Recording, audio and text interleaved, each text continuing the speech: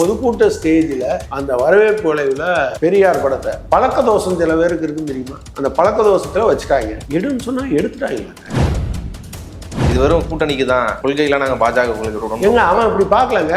பெரியார் படத்தை இங்க எடுத்து போடுங்க அப்படின்னு சொல்றவன் நாளைக்கு அவன் ஆட்சி பொறுப்பு வந்தா தமிழ்நாட்டில் இருக்கக்கூடிய பெரியார் சிலைகளையும் பெரியார் படத்தையும் நீங்க தடை பண்ண மாட்டான்னு என்ன நிச்சயம்? வரலாறு எடப்பாடி பழனிசாமி அவர்களை மன்னிக்கவே மன்னிக்காது. ஆனா அதிமுகவில் இருக்கக்கூடிய உறுப்பினர்கள் இந்த கேள்வியை நீங்க கேளுங்க.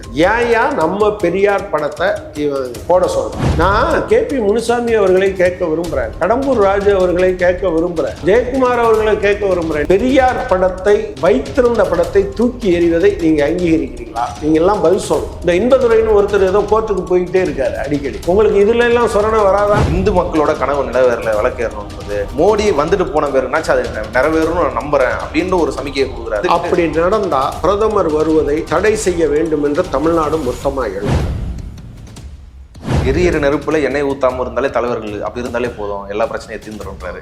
எரியிற நெருப்பு எண்ணெய் மேலேயே எரிஞ்சுக்கிட்டு இருந்ததுன்னா எண்ணெயில தாங்க அந்த நெருப்பு எரிஞ்சுக்கிட்டு இருக்கு. ஊத்துற தண்ணியே இவர் எண்ணெய்ன்னு நினைச்சிட்டு இருக்கு. அதை அணைக்கிறதுக்கு போறவங்களே இப்படி சொல்றாங்க. திருப்பரங்குன்றத்துக்கு ஏன் வந்து வாய் திறக்கல? எத்தனை முறைங்க திருப்பரங்குன்றம்? அது ஒரு இத்து போன இஷ்யூங்க. அது இத்து போன மேட்டர். இந்த நாடு மொத்தமும் பார்த்து கொண்டு இருக்கிற போது ஒரு மசூதியை தகர்த்தாங்க இல்லையா? பாஜகவும் திமுகவும் சேர்ந்துக்கிட்டு அரசியல் லாபத்துக்காக இப்படி ஒரு பிரச்சனையை பண்றாங்க. அவங்க ரெண்டு பேரும் பேசி வச்சு பண்றாங்க. நீங்க எக்ஸ்போஸ் பண்ண வாங்கல.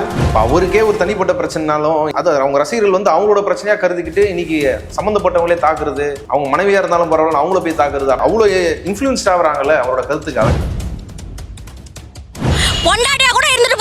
ஏன் பொண்டாட்டியாவே இருந்துட்டு போறோம். ரொம்ப கேஷுவலா அந்த அம்மா சொல்றாங்க. ஆனா அவங்க பெருமையா நினைக்கிறாங்க. ஒரு வீழ்ச்சி, இது ஒரு கல்ச்சுரலா ஒரு பெரிய டவுன்ஃபால் என்றுதான் நான் நினைக்கிறேன். ட்ரைப்ஸ் நேயர்களுக்கு வணக்கம். இன்றைய நிகழ்ச்சியில் நம்மோடு பேச இந்திய பொதுவுரிமை கட்சி மார்க்சிஸ்டினுடைய மாநில செயற்குழு உறுப்பினர் தோழர் கனகராஜ் அவர்கள் இணைந்துள்ளார். வாருங்கள் அவரோட பேசுவோம். தோழர் வணக்கம். வணக்கம். மோடி வந்து 1ஆம் தேதி நாளைக்கு வராரு, திருப்பரங்குன்றம் கோயிலில் போய் தரிசனம் பண்ண போகிறதா சொல்கிறாரு. அதுக்கு முன்னாடி ஒரு ரேலி வரப்போகிறதாகவும் சொல்கிறாங்க மதுரையில். கூட வந்து எடப்பாடி அவர்களும் வராரு, முன்னாள் முதலமைச்சர். அடுத்த நாள் 2ஆம் தேதி வந்து திருப்பரங்குன்றம் மலையை சுற்றி கிரிவலம் போகிறதுக்கு பாஜக பக்தர்கள் வந்து பெரு அணிகள் வரணும் நயனார் நாகேந்திரன் வந்து அழைப்பு விட்டுருக்கிறார். இது என்ன மாரி ஒரு மறுபடியும் ஒரு பதட்டமான சூழல் அங்கே உருவாக்குறது? அவங்களுக்கு இதை விட்டு கலவரம், வன்முறை, ரத்தம் சிந்துவது, கொலை நடத்துவது, கொள்ளையடிப்பது, வெறுப்பை விதைப்பது, இதை தவிர பாஜகவுக்கு என்ன கொள்கை இருக்குன்னு சொல்லுங்க. கன்னியாகுமரியில அண்ணன் தம்பியா மாமா மச்சானா கொண்டும் கொடுத்தும் இருந்த மக்களை தனித்தனியா பிரிச்சதன் காரணமாகத்தான் அவங்க இன்னைக்கும் இங்க வலுவா இருக்காங்க. இங்க கோயம்புத்தூர்ல இஸ்லாமியர்களுக்கு எதிராக எல்லாத்தையும் திரட்டினதுனால தான் அவங்க இருந்திருக்காங்க. இந்தியாவையே இந்து வெர்சஸ் அதர்னு பிரித்து ஒரு வெறுப்பை விதைத்து அதில் தான் வந்து ராமர் கோயில்னு சொல்லி அவங்க வந்து போனதன் மூலமாகத்தான் ஆட்சியை பிடிக்க முடிஞ்சது. அவங்க கிட்ட எல்லாத்துக்கும் வீடு கொடுப்போம், எல்லாத்துக்கும் வேலை கொடுப்போம், எல்லாத்துக்கும் நிலம் கொடுப்போம், எல்லாத்துக்கும் மருத்துவம் கொடுப்போம், எல்லாத்துக்கும் கல்வி கொடுப்போம், இப்படி சொல்ற அவங்கள்ட்ட எதுவுமே கிடையாது. அவங்களுடைய ஒரே மூலதனம் வன்முறை மட்டும்தான்.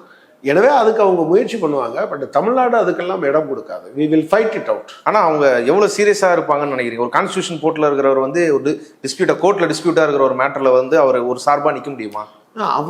அவர் சட்டத்துக்கு விரோதமாக நிறையா செஞ்சுருக்காரு. அதில் தப்பிக்கிறதுக்கான வழிமுறைகளை தெரிஞ்சவர். அவர் குஜராத்தில் அவ்வளோ தூரம் கொண்டுட்டு கொஞ்சம் கூட கூச்சநாச்சம் இல்லாமல் நீங்கள் ஒரு வண்டியில் போகும்போது நாய்க்குட்டி அடிபட்டு செத்து போனால் நீங்கள் டிரைவராக இருந்தாருன்னா பின்னால் இருந்தா என்ன, நீங்கள் வருத்தப்பட மாட்டீங்களா என்று தன்னுடைய வருத்தத்தை அப்படித்தான் பதிவு செய்வதற்கான வார்த்தையை தேர்ந்தெடுத்த மனிதர். அவர்களுக்கு உயிர் துச்சம், அவர்களுக்கு உயிர் எதை பற்றியும் கவலைப்பட மாட்டாங்க.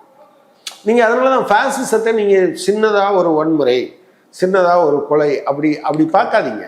நீங்கள் ஆண்டாண்டு காலமாக நீங்கள் கட்டி எழுப்பி வந்திருக்கிற முற்போக்கு விழுமியங்கள் அனைத்தையும் விடாமல் அழித்தொழிப்பது தான் அவங்களுடைய ஏற்பாடு.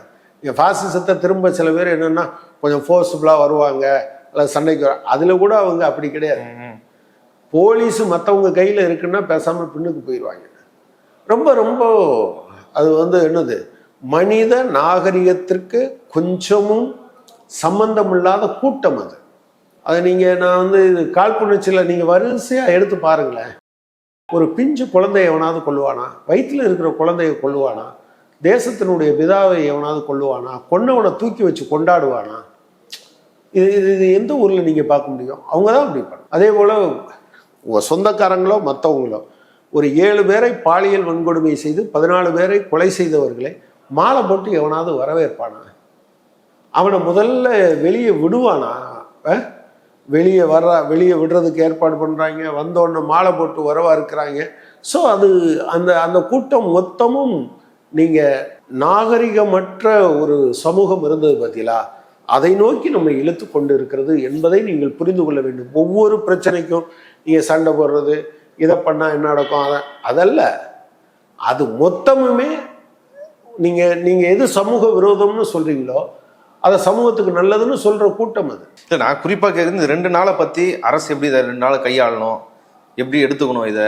இல்லை, அரசு எப்படி கையாள வேண்டும் என்பதை விட சரி, பிரதமர் எங்கே போனாலும் பாதுகாப்பு கொடுக்கணும். ஆமாம், அதுக்கு வேற என்ன செய்ய முடியும்? அதுக்கு வேற வழி இல்லை. அவங்கள மாதிரி கருத்து பிடிக்கலைன்னா ஆளை போட்டு தள்ளுற கொள்கை திமுகட்ட இல்லை, திமுக அரசாங்கத்துக்கிட்ட இல்லை. அவங்க கருத்தை பிடிக்கலைன்னா அது காந்தியாக இருந்தாலும் சரி, பன்சாரேவாக இருந்தாலும் சரி, கௌரி லங்கேஷாவாக இருந்தாலும் சரி, கருத்து பிடிக்கலைன்னா ஆளை போட்டு தள்ளிடுவாங்க. பட் அப்படி தமிழ்நாடு அரசாங்கம் யோசிக்கக்கூடாது. அந்த கருத்துக்கு எதிராக மக்களை நிப்பாற்றணும், உரிய பாதுகாப்பை பிரதமருக்கு வழங்கணும். ஆனால் நம்ம ஊரில் ஒரு பிரதமர் ஒரு இடத்துக்கு போக முடியாது கூடாது என்று தடுக்கிற வாய்ப்பு இருக்கான்னு எனக்கு தெரியல. அது அரசியல் இல்லை. நான் 2வது நாள் நிகழ்வு சொல்கிறேன். அது அசிங்கம். நீங்கள் ஒரு இவ்வளவு கேவலமாக தரம் தாழ்ந்து ஒரு கும்பல் நடந்து கொள்கிறதுனா நீங்கள் என்ன நினைப்பீங்க? ஒரு டிஸ்பியூட் இருக்கக்கூடிய இடத்துல நான் அதை சுற்றி ஒரு பிரதமர் போவார், அதுக்கு பின்னால் கூட்டம் வான்னு கூப்பிடுறது இருக்கு இல்லையா, அது எவ்வளவு கேவலமானது. எடப்பாடியாக இருக்காரு.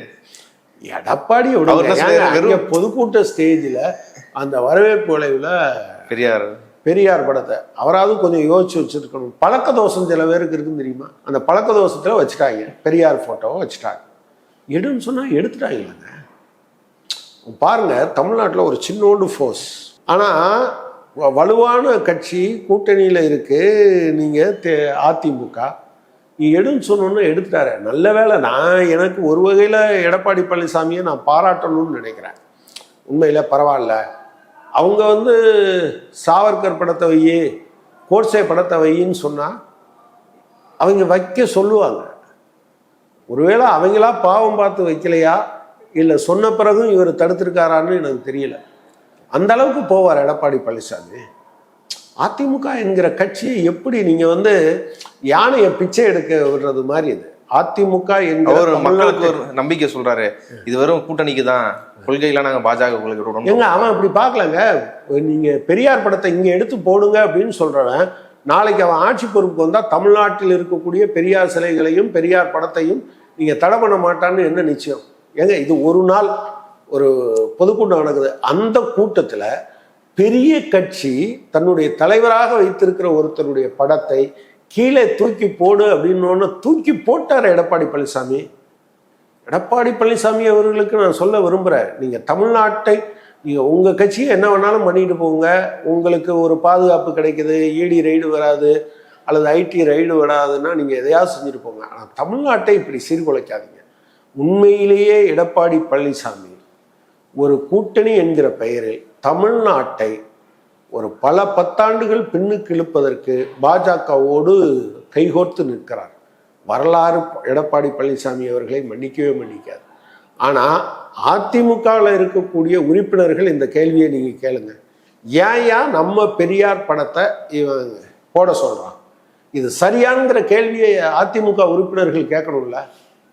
நீங்கள் எல்லாரும் சிவி சண்முகம் இல்லை, காந்தி பேரை வச்சான்னா இன்னொரு பேரை வச்சான்னா அது ஒழுங்காக நடந்தால் பரவாயில்லைன்னு சொல்லிட்டு போகிறதுக்கு எல்லாருமே அதிமுகவில் இருக்கிறவங்க எல்லாத்துக்கும் சொரணை இருக்குல்ல. செல்லூர் ராஜ்லாம் நான் அப்படிப்பட்ட நபர் தான். அவருக்கு அம்மாக்களும் கலாய்க்கலாம், ஆனால் பெரியார் மீது பற்று இருக்கிறாருன்னு தான் நான் நினைக்கிறேன். ஆமாம், நான் KP முனுசாமி அவர்களை கேட்க விரும்புகிறேன், கடம்பூர் ராஜு அவர்களை கேட்க விரும்புகிறேன், ஜெயக்குமார் அவர்களை கேட்க விரும்புகிறேன். நீங்கள்லாம் இதை அங்கீகரிக்கிறீங்களா? பெரியார் படத்தை வைத்திருந்த படத்தை தூக்கி எறிவதை நீங்கள் அங்கீகரிக்கிறீங்களா? நீங்கள்லாம் பதில் சொல்லணும். இந்த இன்பதுரைன்னு ஒருத்தர் ஏதோ கோர்ட்டுக்கு போய்கிட்டே இருக்காரு அடிக்கடி. உங்களுக்கு இதுல எல்லாம் சொரணை வராதான்னு நான் அவர்கிட்ட கேட்கணும்னு நினைக்கிறேன். தமிழ் மகன் ஹுசேன், நீங்கள் சொல்லுங்கள். தமிழ் மகன் ஹுசேன் நீங்கள் தானே அதுக்கு ஏதோ அவைத்தலைவராக இப்போவும் அவர் தான் இருக்காரா? இல்லை, அவைத்தலைவர் மாற்றிட்டாங்க. அவைத்தலைவராக இருந்தீங்க, இது நியாயமா? நீங்கள் சொல்லணும். ஆனால் அவங்கெல்லாம் ஏதாவது ஒரு காரணத்துக்காக அமைதியாக இருப்பாங்க. தமிழ்நாட்டு மக்களே நீங்கள் சொல்லுங்கள், தமிழ்நாட்டில் அதிமுகவை நேசிக்கிறவர்களே நீங்கள் சொல்லுங்கன்னு அவங்கக்கிட்ட தான் நம்ம கேட்கணும். கட்டாயம் அதிமுகவினுடைய தொண்டர்கள் இதை ஏற்கவே மாட்டார்கள், ஏற்கவே மாட்டார்கள். இப்போ பெரியார் படத்தை தூக்க சொன்னது பாஜக அந்த கூட்டத்தில்ன்றது, அது எடப்பாடி அவமானமா உணரணுன்றது வேற. அது உண்மையிலேயே அதிமுக அவமானப்படுத்துறதா, தமிழ்நாட்டை அவமானப்படுத்துறதா எடுத்துக்க முடியுமா? தமிழ்நாட்டை அவமானப்படுத்துறது தான். நீங்கள் அதில் அதுக்கு ஒத்துப்போனது எடப்பாடி. பட் என்ன பிரச்சனைனா, இது எல்லாரும் கேட்க வேண்டிய விஷயம்னு நான் நினைக்கிறேன். தமிழ்நாட்டினுடைய அடையாளங்களை, எனக்கு பெரியாரை பிடிக்குதா இல்லையா, பெரியாருக்கும் கம்யூனிஸ்டுகளுக்கும் விமர்சனம் இருந்ததா இல்லையா, இதெல்லாம் இருக்கும். இங்கே ஒன்று தெரியுமா, நல்லக்கண்ணு இறப்புக்கு அதிமுகவில் ஜெயக்குமாரை தவிர யாரும் வரல தெரியுமா? அது விமர்சனம் எழுப்பப்பட்டது. அவர் அந்த தோழரோட ஹவுசிங் போர்டு கூட இவர் பீரியடில் தான் கேன்சல் செய்யப்பட்டது. ஆனால் அதை தாண்டி ஒரு இல்லை அதெல்லாம் பண்ணிட்டு போகட்டும். அதெல்லாம் தாண்டி அவர் வச்சிருக்க அந்த சிவப்பு பைய, அதில் இருக்க புத்தகம், அவர் கட்டியிருந்த வேஷ்டி சட்டையெல்லாம் கூட எடுத்துகிட்டு போட்டோம், சட்டவிரோதம்னு சொல்லிட்டு போட்டோம். என்ன பிரிட்டிஷ்காரன் தான் பண்ணா, இவங்களும் பண்ணிட்டு போகிறாங்க. ஒரு இறப்புக்கு கூட நீங்கள் வர மாட்டீங்களாங்க. அதாங்க அவங்க. எனவே அது வரல. அதனுடைய நீட்சி தான்.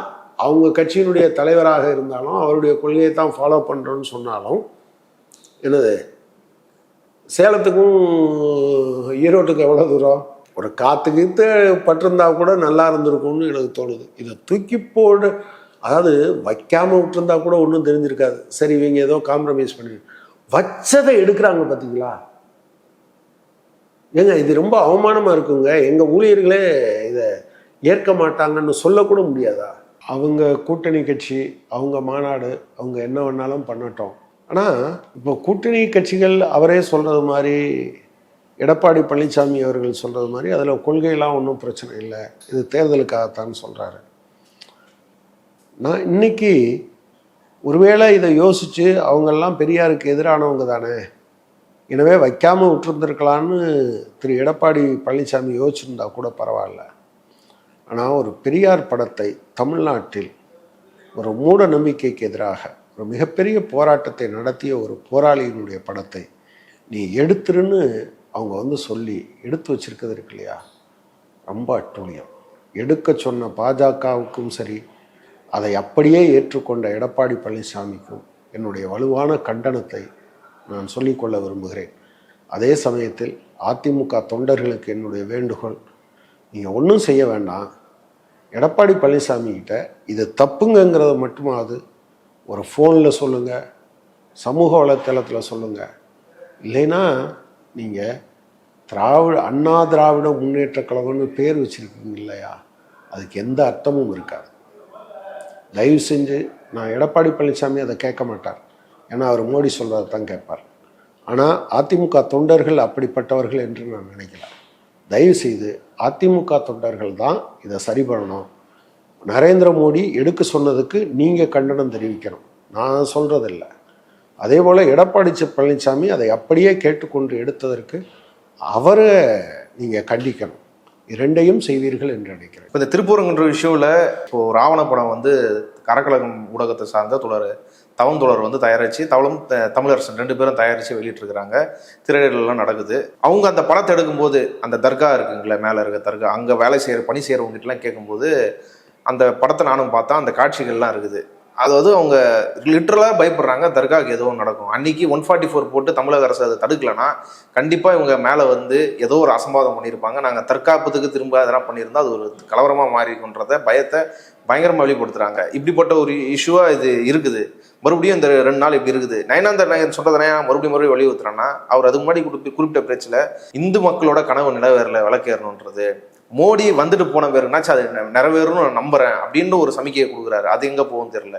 இப்படிலாம் இந்த திருப்பூரங்குன்ற இஷ்யூ சீரியஸாக நடக்கும்போது இதை திமுக பாஜக சேர்ந்து அப்படி நடந்தால் பிரதமர் வருவதை தடை செய்ய வேண்டும் என்று தமிழ்நாடு மொத்தமாக எழும். ஒரு ஏற்கனவே கோர்ட்டில் இருக்க ஒரு இஷ்யூவில் ஒரு பிரதமர், நான் கோர்ட்டை நான் மதிக்க மாட்டேன், கோர்ட்டை அவங்க கையகப்படுத்தி பண்ணுறதுங்கிறதெல்லாம் வேற விஷயம், ஆனால் நான் மதிக்க மாட்டேன்னு ஒருத்தர் அதை மீறி ஒருத்தர் போகிறாருன்னு வச்சுங்க, தமிழ்நாட்டு மக்கள் நரேந்திர மோடி தமிழகத்தில் நுழையாதீர்கள் என்று தடை விதிக்க வேண்டும். அவங்க முன்னால் நின்று ஃபைட் பண்ணணும். இது என்னமோ திமுகவுக்கும் பிஜேபிக்கு நடக்கிற போராட்டமா? இல்லை தமிழ்நாடு அரசாங்கத்துக்கும் ஒன்றிய அரசாங்கத்துக்கும் நடக்கிற போராட்டமா? தமிழ்நாட்டு மக்களுக்கும் பிஜேபி என்கிற காட்டுமிராண்டி காலத்துக்கு தமிழகத்தை கொண்டு போக நினைக்கிற ஒரு கட்சிக்குமான போராட்டம்.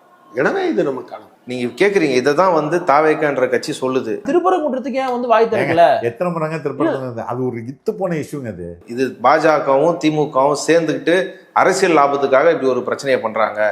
இது என்ன தமிழ்நாட்டுக்கும் டெல்லிக்கும் பிரச்சனை? அப்படி ஒரு பிரச்சனை கிடையாது. அவங்க ஊழலை மறைக்கிறதுக்காக அப்படி பேசுறாங்க. இது என்ன டெல்லி எலெக்ஷன் நடக்கும் போது அப்போ இது மடை மாத்துறதுக்காக பேசுறாங்க. திருப்பரங்குன்றம் ஒரு இத்து போன மேட்ரு அப்படின்னு சொல்லி தலைவர் விஜயம் பேசுறாரு, ஃபிலிக்ஸ் பண்றவங்க இவங்க எல்லாரும் இப்படி பேசுறாங்க. இத்து போன மேட்டர் இந்த வார்த்தையை அவங்கள தான் சொல்லி குறிப்பிட்டாங்க. ஃபிலிக்ஸ் தான் குறிப்பிட்டாங்க. அதான் ஒரு இந்த நாடு மொத்தமும் பார்த்து கொண்டு இருக்கிற போது, உலகத்தில் இருக்க மீடியாலாம் இருக்கும்போது ஒரு மசூதியை தகர்த்தாங்க இல்லையா? தகர்த்தாங்கல்ல. பாபர் மசூதி ஒருத்தனாவது தண்டிக்கப்பட்டானா? இல்லை. உங்கள் உச்ச நீதிமன்றம், உங்கள் நாடாளுமன்றம், உங்கள் உயர் நீதிமன்றங்கள், உங்கள் மொத்த நீதிமன்றங்களும் இங்கே தான் பார்த்து கொண்டு இருந்தன. இது அப்படி ஒரு விஷயமா? இல்லை, நான் என்ன கேட்குறேன், ஃபெலிக்ஸை விடுங்க, பாவம். அவர் தேசிய செய்தி தொடர்பாளர் அவர், இவர் கட்சியினுடைய தலைவர், இவருமே பாவங்க. இவருக்கு கருத்து சொல்ல நேரம் இருக்கிறது இல்லை. எப்பாவது வரும்போது எதையாவது சொல்றாரு. கொஞ்சம் யோசிக்கணும்ல. அவர் பயங்கர குட்டிக்கதை மன்னன் ஆயிட்டார். எரியிற நெருப்புல எண்ணெய் ஊத்தாம இருந்தாலே தலைவர்கள் அப்படி இருந்தாலே போதும், எல்லா பிரச்சனையும் தீர்ந்துடும்ன்றாரு. எரியிற நெருப்பு எண்ணெய் மேலேயே எரிஞ்சுக்கிட்டு இருந்ததுன்னா, எண்ணெயில தாங்க அந்த நெருப்பு எரிஞ்சுக்கிட்டு இருக்கு. ஊத்துற தண்ணியே இவர் எண்ணெய்ன்னு நினைச்சிட்டு இருக்காரு. அதை அணைக்கிறதுக்கு போறவங்களும் இப்படி சொல்றாரு. எண்ணெயில பத்தி எரியும் போது நீங்க சும்மா இருந்தா போதும்னு சொல்றவர் தான் விஜய். அப்ப அவருக்கு வரலாறும் தெரியாது, பாஜகன்னா என்னன்னு தெரியாது. அவருக்கு என்ன, பாசிசமும் பாயசமும் ஒண்ணு. அவருக்கு என்ன, நடிச்சா உச்சத்துல இருக்காரு, நாளைக்கே உச்சத்துல போயிட்டாருன்னா 300 கோடி அவருக்கு கிடைக்கும். நாம பேசுறது சாதாரண மக்களுடைய வாழ்வாதாரம் குறித்து பேசிக்கொண்டு இருக்கிறோம். அவங்க 2 பேரும் பேசி வச்சு பண்றாங்க. நீங்க எக்ஸ்போஸ் பண்ண வாங்கல, அவர் வரட்டும். நரேந்திர மோடி இப்படி இதை பயன்படுத்தக்கூடாதுன்னு 2 பேரும் சேர்ந்து வச்சு பண்றீங்களா? திருப்பரங்குன்ற மலைக்கு நரேந்திர மோடி போகக்கூடாது, ஒரு ஒரு ஒரு அப்பீல் விட சொல்லுங்களேன். நன்யார் நாகேந்திரன் இப்படி சொல்றது தப்பு, ஒரு கண்டனம் தெரிவிக்க சொல்லுங்களேன். சொல்ல முடியுது அவங்களால? ஏன் சொல்ல முடியல? அது விவரம் இல்லைங்கிறதெல்லாம் இல்லை, பயம். நீங்க என்ன, அவரு என்னென்னவோ பேசுறாரு. குட்டி கதை சொன்னா நீங்க எதுவும் சொன்னார, பச்சக்கு பச்சக்கு பச்சக்குன்னு ஒரு அழுத்து எழுதுனா, ஒரு அழுத்துனா ஒரு பச்சக்கு தான் கேட்கும், 9 பச்சக்கா கேட்கும். அவர் அப்படி சொல்றாரு. அவர் என்ன தில்லா கெத்தா ஸ்டைலா 2 பாக்கெட்ல இருந்து சின்ன பையன், அந்த சின்ன பையன்கிட்ட சொல்லணும், அந்த எந்த பையன் எடுத்துட்டு போனானோ அவன்கிட்ட சொல்லணும், சின்ன பையா உன்னை ஒருவேளை அந்த மாடு இவனையா போய் குத்த போறோம் அப்படின்னு நினைச்சிட்டு போயிருந்திருக்கலாம். பசிக்கிற மாடு என்ன செய்யும்? பசிக்கிற மாடு, யாராவது மாடு வளர்க்குறவங்ககிட்ட போய் கேளுங்க. பசிக்கிற மாடு புல் இருக்கிற இடத்த போய் பார்த்து போகும், வைக்கோல் இருக்கிற இடத்த பார்த்து போகும். 4 ரோடு சந்திக்கிற இடத்துல அது எப்படி மாட்டுக்கு லாடம் கட்டுவாங்க தெரியுமா? லாடம் கட்டுவாங்களா இல்லையா? கட்டுவாங்க. சரி, ரைட்டு.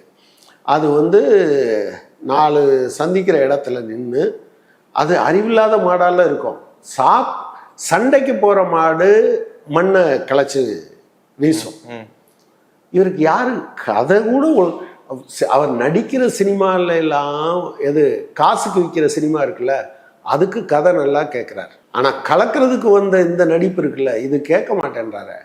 கொஞ்சம் கதையை நல்ல கதையா கேட்டு அவர் சொன்னார்னா தான் தெரியும்.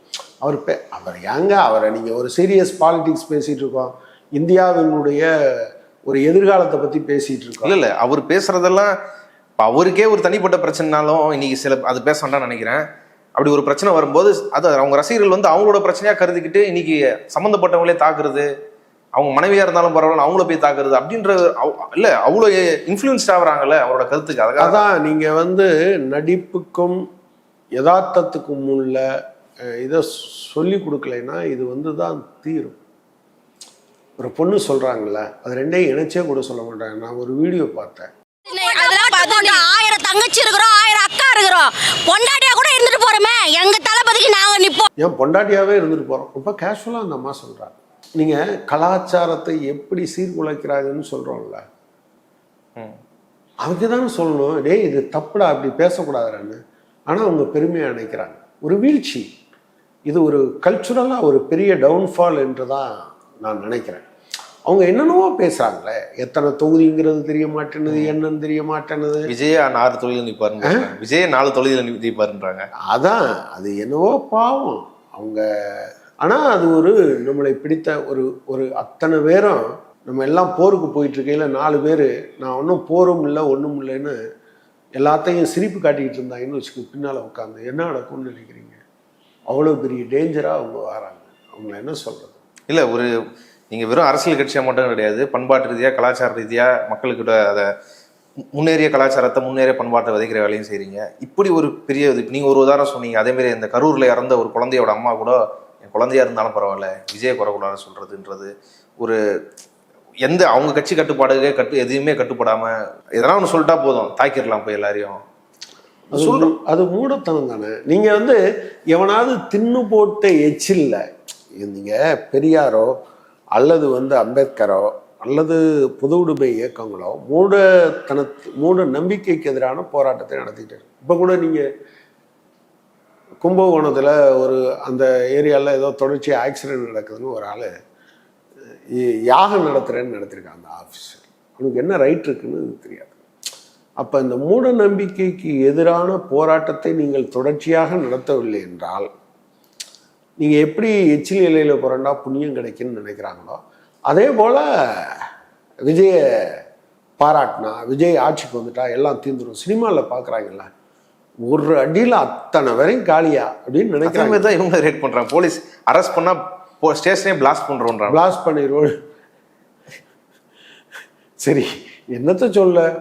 ஆனால் இப்படியெல்லாம் தமிழ்நாட்டில் இருப்பாங்கன்னு நான் யோசிச்சே பார்க்கல. நீங்கள் நார்த் இந்தியாவிலேருந்து நிறையா வீடியோஸ் வரும்போது நான் நினச்சிருக்கேன், ஐயோ இவ்வளோ பரிதாபமாக இருக்காங்களே.